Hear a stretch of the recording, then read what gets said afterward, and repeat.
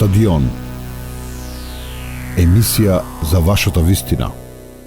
Добро е што во овој момент не сме легнати, туку сме паднати на колена.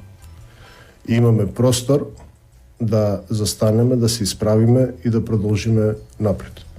Ова го зборам во смисла што сепак и кога пред некој ден се размислував сериозно за мојата кандидатура за председател на Социјалдемократскиот сојуз, гледав пред се и над се да ги заштитам и партиските и државните интереси во овој време, во овој временски период. Социјалдемократскиот сојуз е предводи актуелната влада, така да има мандат, според мене, уште 2-2,5 години да успее да заздрави од нанесениот пораз.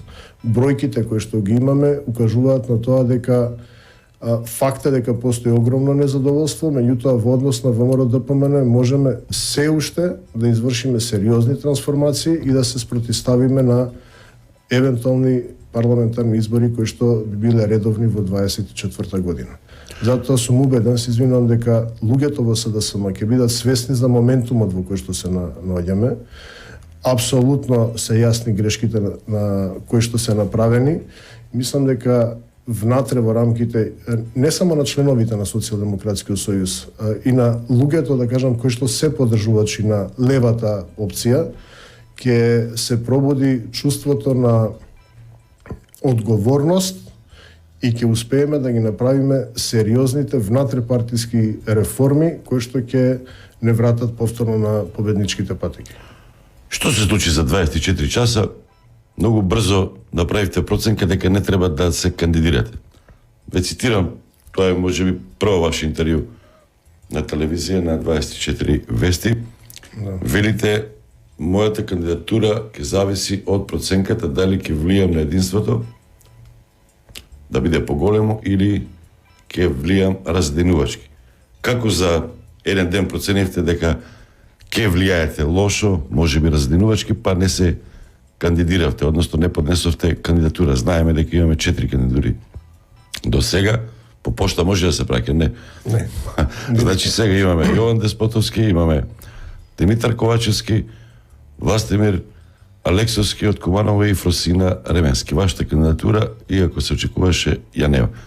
Што се случи толку спектакуларно, драматично, па не поднесовте нешто што беше во најава?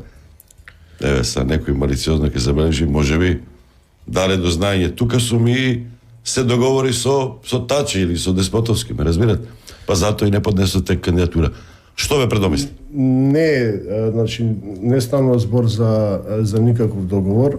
И мене главната цел и претходните размислувања кога ја поднесе Зоран Заев оставката на местото лидер на Социјалдемократскиот сојуз и председател на владата,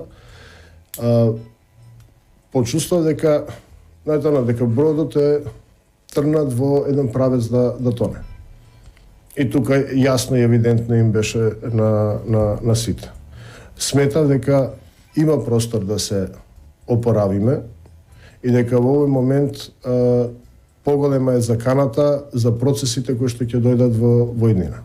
Че она што го имате во рамките на договорите на владата, договорите кои што ги имаме со меѓународниот фактор, меѓукоалиционите договори внатре кај нас во коалиција и со останатите коалициони партнери, јасно патува дека Македонија нема друга опција од она која што ја води на патот кон евроинтеграциите. И тој процес мора квалитетно да се заврши до 2024 година. И тука апсолутно немам дилема, да кажам во тој дел. Она што внатре, да кажам, кај мене ја пробуди онаа искра, која што ја носи целиот овој временски период за моето партиско работење и особено од периодот на 13 до 19 година, беше внатрешната кохезија со членството на Социјалдемократскиот сојуз, која што за жал ние како социјалдемократи или раководство не е битно, секој пат знаеме да го заборавиме. И тоа е една лоша лекција која што постојано ни се повторува. Кога се појави во јавноста, ја веќе претходно го имав на некој начин тестирано гласачкото тело на Социјалдемократскиот сојуз и добив на вистина огромна поддршка од многу членови и поддржувачи. Тие членови и подржувачи се испреплетуваме. Тие се блиски до мене и до Зоран Заев и до дел, да кажам, у структурите од. Кога размислав дали сега во овој момент, бидејќи сметате ова се нетипични избори. Обично изборите настануваат кога се губи, на пример, парламент, државната власт, односно централната власт, и тогаш во партиите, не само кај нас, него кај сите, настануваат промени за промена на партиските структури. И се прават оценки и проценки кој бил добар, кој бил лош или кој покажал или не покажал резултати. И во тие моменти се бира ново партиско тело и нови партиски органи. Имаме и други примери. Од позиција на премиер до сега, од позиција на власт, никој не дал оставки заради изгубени локални избори. Меѓутоа, заради изгубени локални избори, имаме и Црвенковски, имаме и Груевски, и Заев, така беше. Видете, Ама не како предводници на власт. Тоа сакав да кажам. СДСМ и во тој период беше опозиција, ако говорите за периодот на Црвенковски. 2011 ги имавме изгубено изборите и 2013 година беше онаа клучна дилема дали ќе се оди или не на локални избори, и после излегувањето на локални избори господинот Црвенковски се повлече од лидерската позиција. Меѓутоа, сакам да се навратам, ова се нетипични избори и навистина се некарактеристични. Вие имате централната власт во државата, имате период стабилно, да кажам, во моментов треба да е тоа релативно стабилно парламентарно мнозинство, кое што очекувам денеска да се верифицира, и имате внатре-партиски избори со, да речам, фаворизирање на еден кандидат кој што го фаворизира актуелниот председател на владата. Ако вие влезете внатре во клинч со една таква политика, бидејќи тука во СДСМ има и други еминентни членови, да кажам, долгогодишни партиски функционери, кои што во овој момент не настапиле, а може би имале и прилика да настапат, да кажам, да се борат за лидерската позиција. Кајте во моментот сите молчат. И ако влезем внатре и направев дополнителен судир, да кажам, на базата со нешто што би можело да значи спокоен период за 2 години да успееме да ги направиме грешките, ја немам намера луѓето да ги однесам во опозиција, него да помогнам да заздравиме и да продолжиме по патот на евроинтеграциите. Тоа беше клучната дилема која што носев цело време во мене и не сакав да створам конфликт внатре во структурите на Социјалдемократскиот сојуз. Туку да ги обединам оние кои што се заборавени со она што може би во моментот нешто представува некој партиски естаблишмент, условно да кажам. Дали ви се јави некој после, за некој, за многу не беше изненадување, бе, заче ви се појавува сега, сигурно ви се јавиле многу луѓе. Дали некој од кандидатите ви се јави да побара поддршка, да ви рече, нема тајма, да ве земе во својот тим, да... Не, значи, јас со Ковачевски и пред да се појавам на телевизија, зборам да се појавам во емисијата, се видовме и разговаравме. Разговаравме и после емисијата, се видовме и вчера. Тука значи да немате никаква дилема. Моето излегување на телевизија не беше да јас влезам она што го викат да влезеш во фаза на пазарење или дали ќе ја поднесем или нема да ја поднесем кандидатура. Па да, обично така го протолкуваат. Така го Порано протолкуваат, имате такви и во времето на Заев кога стана лидер, тие луѓе што му беа конкуренти, дел од нив беа во извршен, беа некоја... Така, значи, после тоа мора да дојде до процесот на обединувањето. Меѓутоа, еве тоа денес го кажувам и пред вас. Ја и Ковачевски се сретнавме и воопшто јас пред да се појавам на телевизија.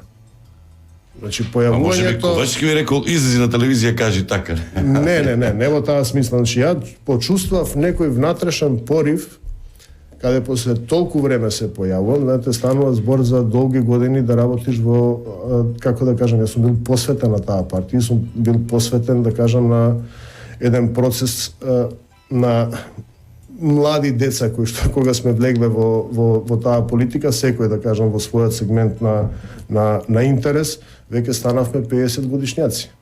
И сега кога ќе земе да анализираме одредени процеси во кои што најмалку сме биле 35 години, и на некој начин го поистоветуваш својот живот со таа приказна. И не сакаш таа приказна да пропадне.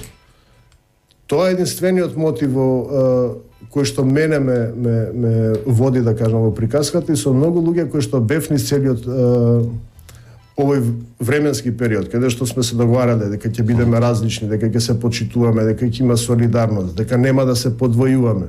Едноставно, чувствувам потреба да се вратам кон тие луѓе.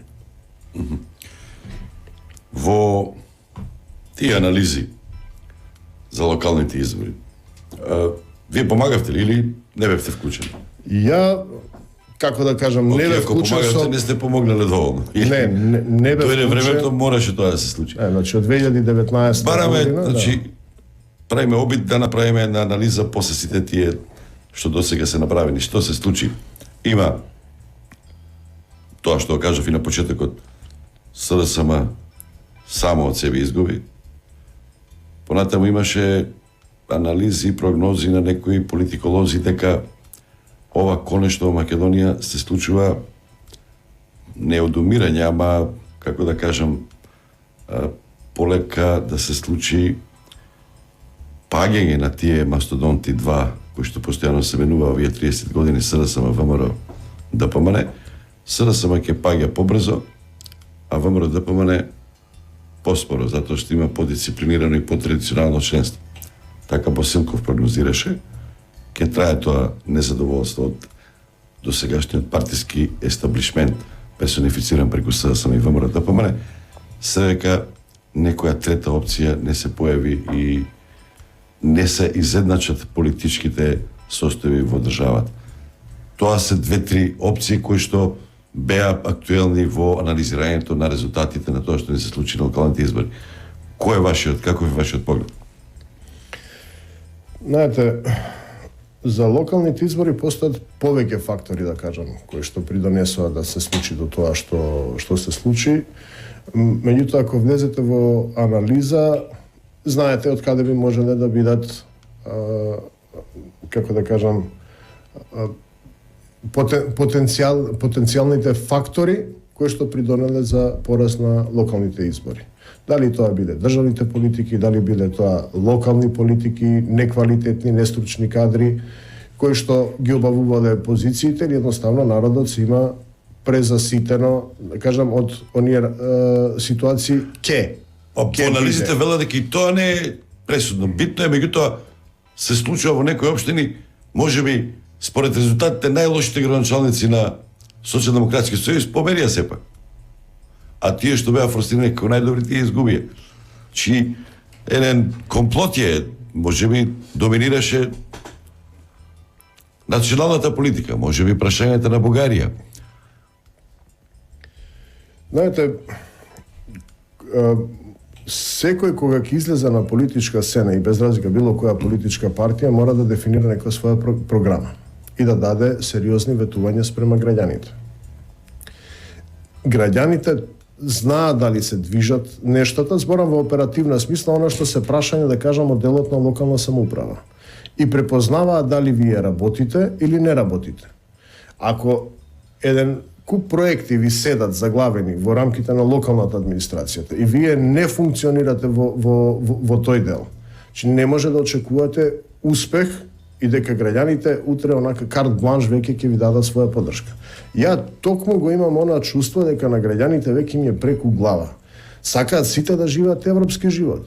Че преку глава им е да гледат ѓубришта, несредени клупи. А знаете, тоа е само онај визуелниот дел кој што го представува нашето работење. Не може да гледат смет во сред центар или карпош или аеродром.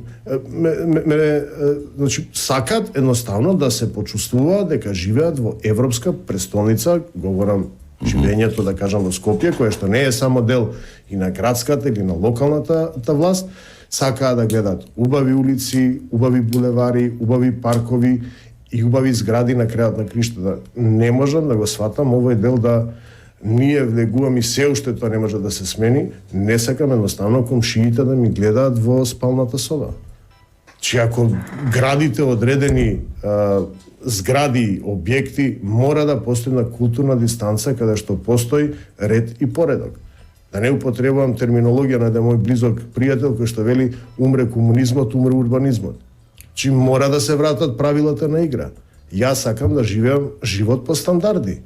И ако ги дефинираме, било дали порано било јус или денеска се ИСО стандарди или било кои правила и норми, ако постојат правила и норми, не треба да измислиме ние топла вода.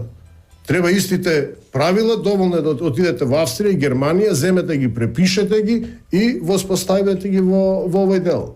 Напишете ги процедурите, едноставно дајте ги луѓето да ги прочитуваат тие процедури. Ако така, тој лајт мотив го користиме повеќе, тогаш тука СРСМ беше релативно ригиден.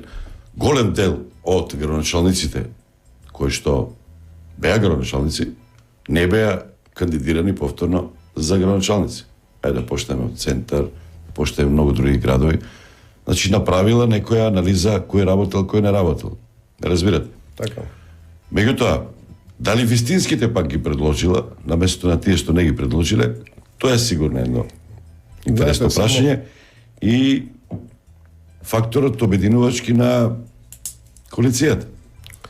Така е. За прв пат ВМРО ДПМН настапува компактно, реши си да немаше партија која што е десна и која што беше битна на овие избори, а СРСМ тоа не го разбрав јас.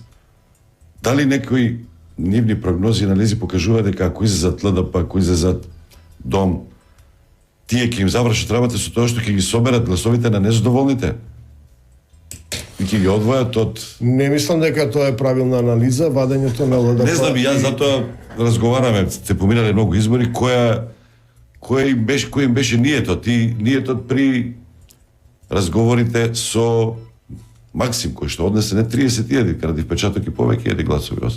Зошто ВМРО ДПМН го свари, како што велат Јанчев, со кој што претходно беа скарани, заради некои повисоки прагматични партиски цели, а СДСМ не го направи. За мене апсолутно беше погрешно вадењето на ЛДП и на Дом од постојната владеачка, да кажам, 30 гласа, 25. И тоа е, како да кажам, од аспект на водење на политичка кампања и гледано од аспект на една коалиција која што постои веќе подолг временски период, апсолутно погрешен чекор. И јас да сум бил во обратна позиција, односно во позиција да одлучувам, никогаш не би дозволил таа коалиција на таков начин да прекине.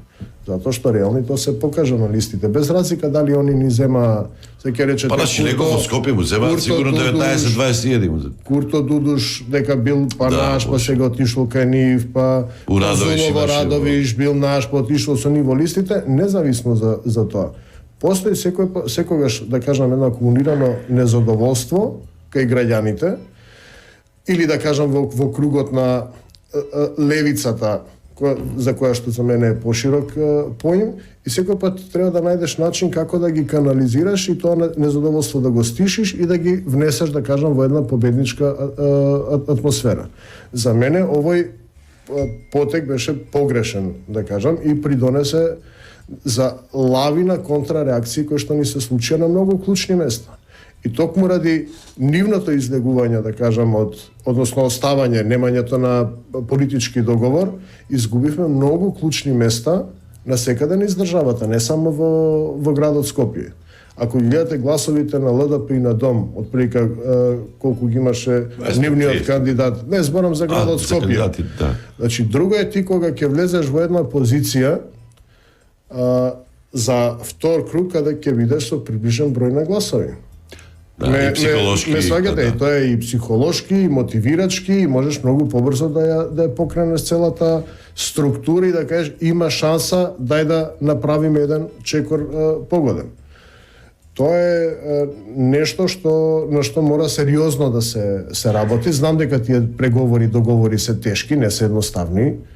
Значи, тука се едно се желбите, друго се можностите, меѓутоа мора да се внимава на специфичната тежина на секој партнер во односите. Не зборам за граѓаните. Значи, ако ние сме собир од различни коалиција, од различни политички субјекти, секој политички субјект мора да го анализираш не само во дадениот момент и да му ја намалуваш или да му ја зголемаш вредноста. Треба да луѓето сме традиционални. И треба да ги правиш анализите како тој субјект се движел од 91 година па до ден денес. Аха. Дали Зечевик на овој начин се договорил со Тачо да биде генерален секретар и идниот министер за внатрешни работи? Не, јас и во делот на оно што го дискутиравме претходно, јас ви кажам дека со Ковачевски сум се видел во повеќе наврати.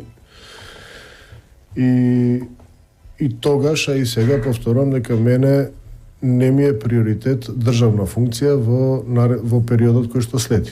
Ја бев повеќе фокусиран во делот на партиското работење и тоа јавно го кажав на телевизија. Така да не претендирам не само на министерската функција за внатрешни работи, туку не претендирам на ниту една позиција во рамките на владата.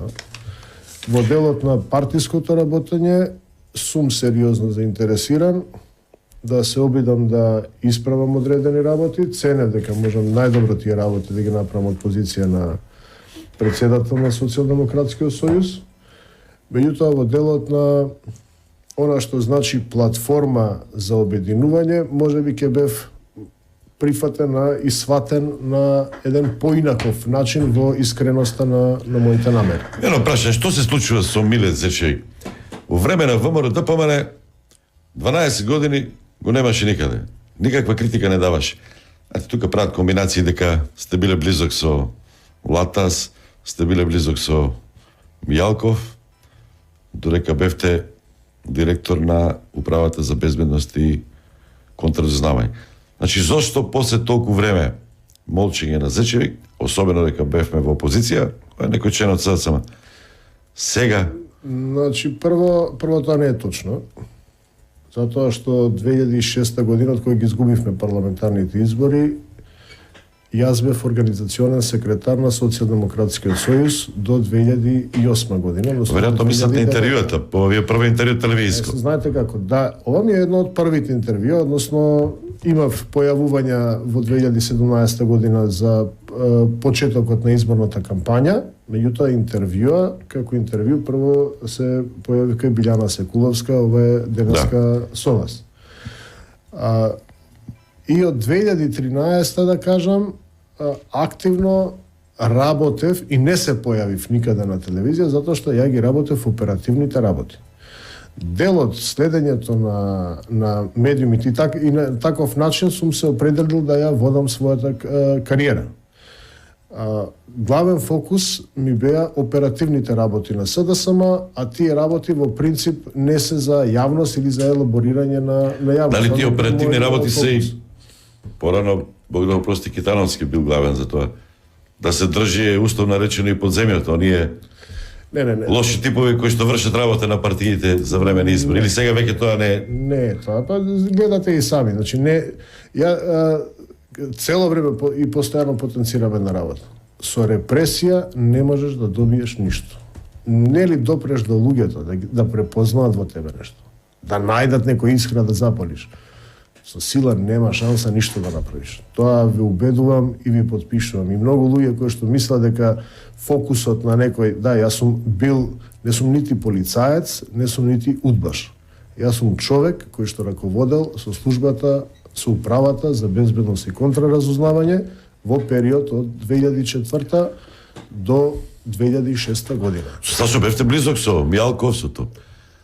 Просрпска линија, затоа што кога ве смени од организационен секретар се појави одреја на шпекулација дека тоа е сторено затоа што многу ви имало во тие бомбите, многу долги разговори со Латас.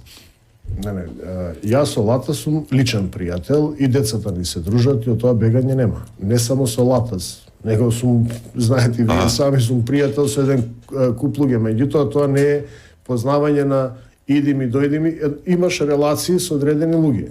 Ја имам релации не само со Латас, него со еден куп на луѓе, со кои што имаме ситуации, пошто еве ги интересира одреден куризитет, беше некаде пред завршеток 2006 година на парламентарни избори, седевме со сопругите во Бистра. Се видовме, седнавме.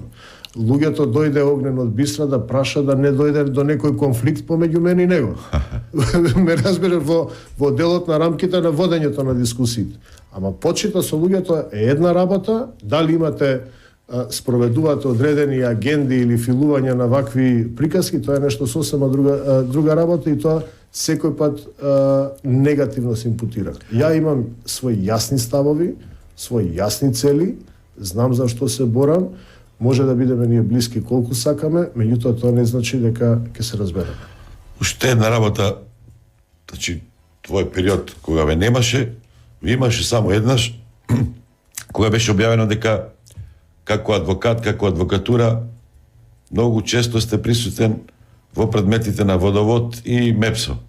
Се споменува 100.000 евра годишно. Не, во МЕПСО тоа беше мој краткотраен, да кажам, ангажман.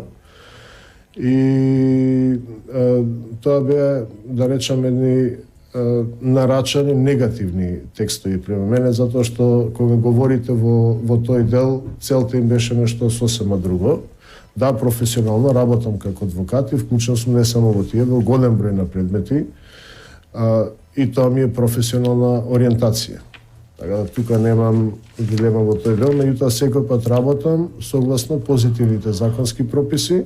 А ќе видиме сега водовод дали ќе ве ангажираат Коце Тријановски вика дека ќе биде директор. Знаете како, согласно законот за адвокатура, вие како раководител, односно директор на одредена институција, треба да изберете адвокат на кој што најповеќе му верувате, односно цените дека ќе ги сработи, ќе ви заврши работа онака како што треба.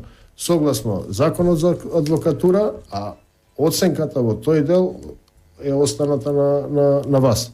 При тоа мора нормално да ги следите тарифите кои што се веќе пропишани, онаму каде што се пропишани. Што знаеш, сте се слушнале, сте се виделе, сте го замолиле да не си оди, да не дава оставка. И Ременски каже дека не и пречи тоа двојство, односно нема да и пречи. Ја мислам дека клучниот момент, да, ние не се видовме после долго време, скоро 2-2,5 години немавме. Зошто сака да си оди?